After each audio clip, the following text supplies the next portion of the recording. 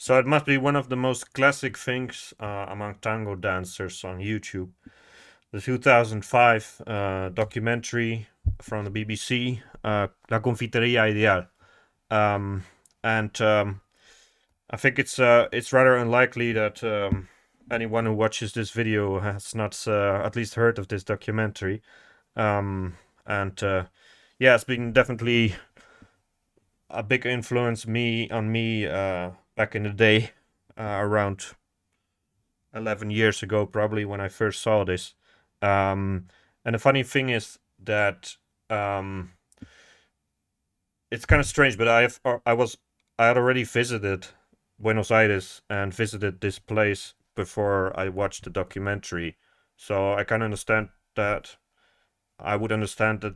I would say that most people who have watched this probably did that the other way around, or maybe it was even their first introduction on tango. Maybe I even have some viewers who watched this on the TV in 2005. Who knows? But it's a really classic thing, and so this is a place where I took lessons, and I was a total like I really couldn't dance tango. So I went to a few milongas in this venue, and I think maybe I did a few dances, but I probably didn't really feel the courage to dance there. And it's kind of funny because this place doesn't exist anymore as a tango salon, so they revamped the whole place and restored it because one of its charms was the fading glory you saw in it. Like it was so uh, yeah, it needed the care that it ultimately got, and that took many years. And because of that reason, because of that reconstruction, you can almost say renovation at least. Um, they no longer host tango salons there, but before I think 2016, the beginning of 2016, I think that was the when they closed it, which was just before I returned to Buenos Aires after a few years. So I was quite I was quite grumpy about that, because I loved the place just for its atmosphere. And what I was saying about being a beginner and not being able to dance, back then I didn't know that um, these afternoon salons, they probably weren't like the best level place you could find. Like it's not like whatever. I would generally say that in Buenos Aires, like the evening salons have a higher level than the matinees, so the afternoon salons. Of course, there are some exceptions there, but in any case, for many people who visited Buenos Aires, this was a very, very interesting venue, and it really has some kind of like it breathes an atmosphere of Buenos Aires. Um, so what I want to show you from this documentary, because I think this is a very well filmed, well edited documentary with the right music and the right parts. The script is great, like they find important people. But what I actually wanted to show, and I'm probably going to make some more videos about this to discuss some of these scenes, but what I wanted to show the most, and that's also the reason why I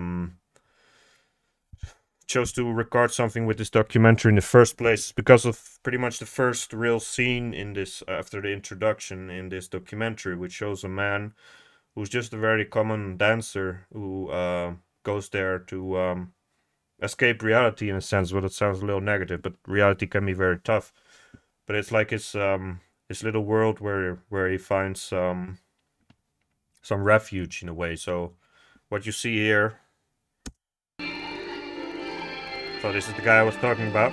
Um, so he'll show up in a few minutes. But this is the end of the introduction of the documentary.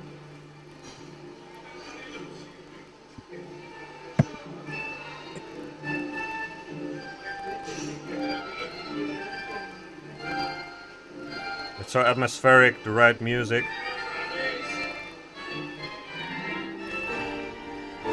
So I remember, so when I was in Buenos Aires at the time, I was totally obsessed, not just with tango, but also with the city. And I remember watching this particular scene when they show some scenes of Buenos Aires to give the viewers who don't know about Tango Buenos Aires or whatever, to give some context. And I remember watching this a million times.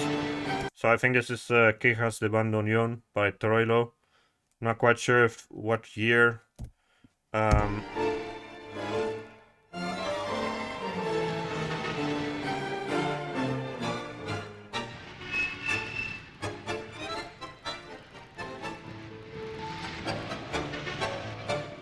I remember just endlessly Gardel, of course. Some scenes of poverty. So it's grandeur and it's poverty at the same time, and faded glory, which very much is an identity of Buenos Aires. So this is La Boca. Que la Ideal es mi casa para mí, sí, es mi casa. Acá es como venir a mi casa, yo vengo, me siento como se me da la gana, charlo como se me da la gana, bailo con absoluta confianza. So what's really interesting what he's saying, so it's like my house, it's like my home, my home away from home. And I think what I need to really highlight here is that some people in Buenos Aires, they really have some dancers, they really have like their own, they're regulars to one salon in particular. And maybe in this case the venue, like, and it's always a bit fake if a name of in Buenos Aires refers to the salon, so like an evening or 2 evenings or 2 afternoons or the whole venue. So La Confitería Ideal here is the venue. But this man really talks like a lot of regulars talk, and there are a lot of people dance in Buenos Aires who really love one salon in particular, or they even only go to that salon. So it's very typical of the milonguero culture. Acá juego de local, así, absolutamente.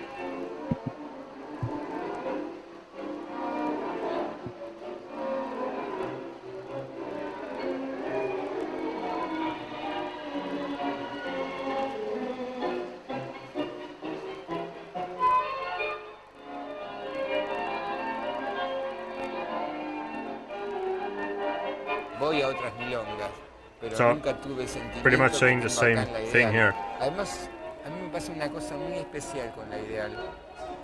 Cuando subo, So this is so well edited. Like, maybe it's just a coincidence, but like the absolute summit of what he's trying to say here comes now, and then you hear these violins going up. a mí me pasa una cosa muy especial con la Ideal. Cuando subo las escaleras, Cuando subo las escaleras,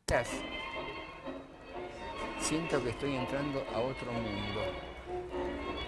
Cuando llego arriba y veo todas las luces prendidas, lo que siento es que este es mi mundo. Acá es el lugar donde yo voy a ser feliz.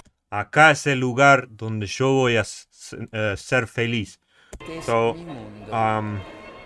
apart from being a regular of a place, it just describes what many people feel when they go to their favorite salons, even outside of Buenos Aires, around the world.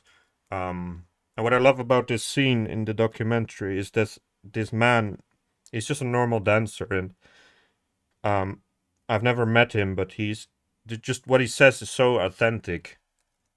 Acá es Along el with lugar this donde beautiful yo voy a music. ser feliz, donde se van a concretar mis sueños, donde voy a pasar los mejores momentos de mi vida. No es el mundo de la calle. So this is very important. This is really what I wanted to show the most in this video today.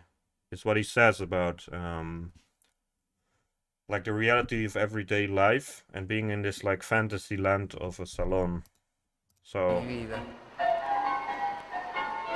No es el mundo de la calle. it's not the world of the Es streets. el mundo más democrático que existe sobre la tierra.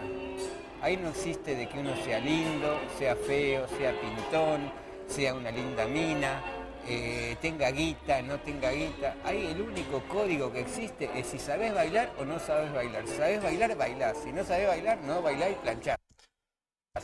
Well, that's funny how they translated planchas. So planchar is used um, when you're sitting somewhere, just sitting and not dancing because no one's fighting you or nobody's watching you. If you're talking about cabeceo, um, that's pretty much he's saying like it's because you cannot dance, and he's saying all these things that are not absolute. So of course, it's nice if you're like a pretty 18-year-old girl.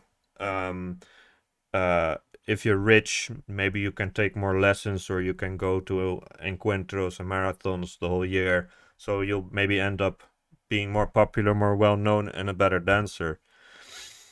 Um, but there's some truth to this. Like in a way, it does not matter. These categories ultimately all become secondary if you consider that being able to dance is the only thing that really counts. So of course, some people are going to be more popular than others. Some people are going to be better dancers.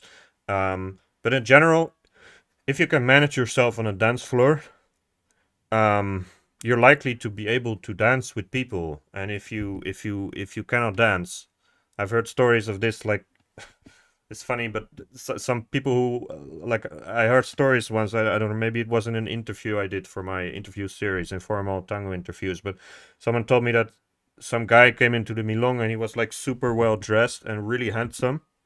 But as soon as this lady saw that he was a beginner, like nobody was interested anymore. So they were all like, "Wow, he's so handsome." But then, so it's just an example. Of course, being handsome really helps, but being rich helps whatever. But I just love the essence of what he's saying here, and it made a profound impression on me when I saw it back in the day. Si sabes bailar o no sabes bailar. Si sabes bailar, bailás. Si no sabes bailar, no bailás y planchás.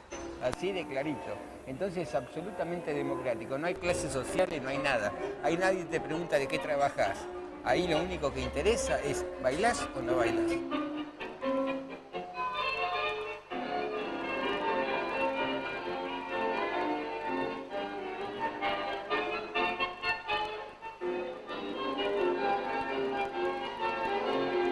So let's see what else comes up here.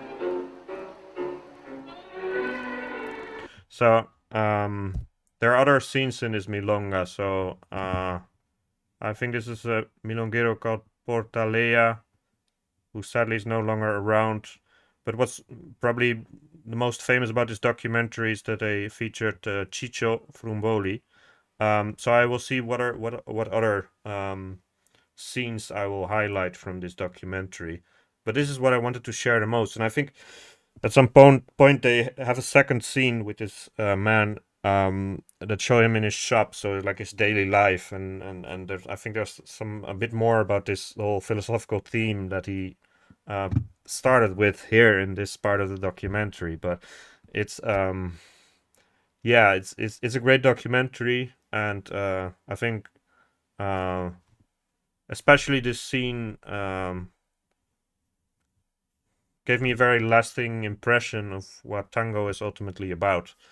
And it's not always a world so honest as he describes it, but in essence, it's still true what he says. Like, nobody asks what you do for a living.